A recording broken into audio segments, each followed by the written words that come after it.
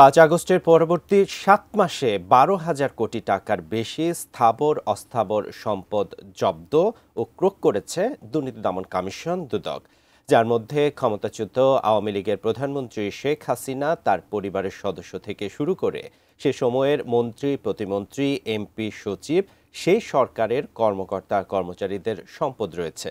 আর তাদের প্রত্যেকের বিরুদ্ধেই দুর্নীতির অভিযোগের প্রমাণ পেয়ে মামলা করেছে সংস্থাটি। তাহিদ শরীফ জানাচ্ছেন বিস্তারিত।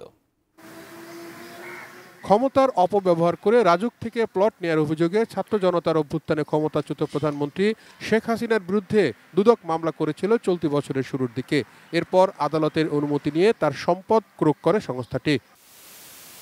রাজধানীর গুলশান 2-এর 71 নম্বর রোডের 11-র এ ও বি প্লটের ফ্ল্যাটগুলো ইস্টার্ন হাউজিংয়ের। এখান থেকে অনৈতিকভাবে ফ্ল্যাট নেয়ার প্রমাণ পেয়ে ব্রিটিশ এমপি টিউলিপ সিদ্দিকীর বিরুদ্ধে মামলা করে দুর্নীতি দমন কমিশন। চলতি বছরের মার্চ মাসে এখানে থাকা টিউলিপের B-201 নম্বর ফ্ল্যাটটি জব্দ করেছে সংস্থাটি।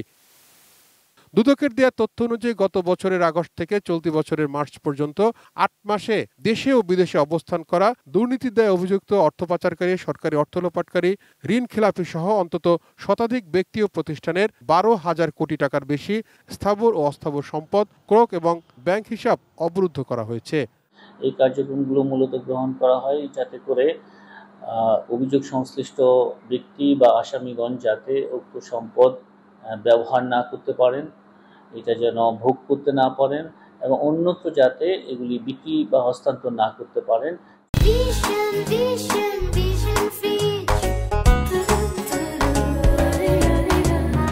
দুর্নীতি দমন কমিশনের সম্পদ জব্দ ক্রোকের এই বিষয়টিকে সাধুবাদ জানিয়ে সাবেক এই 2 জেলা জজ বলেছেন, এমন কার্যক্রমে সমাজে দুর্নীতি বিরোধী বার্তা যাবে।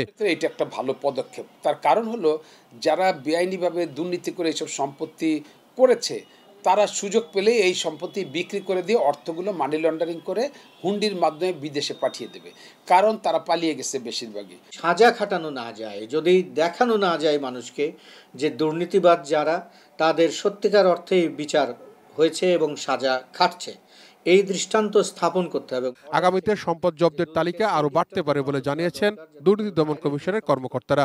দেশের সম্পদগুলোকে ক্রোক ফ্রিজ করা হচ্ছে। তাহিদ শরীফ, এটিএন নিউজ, ঢাকা।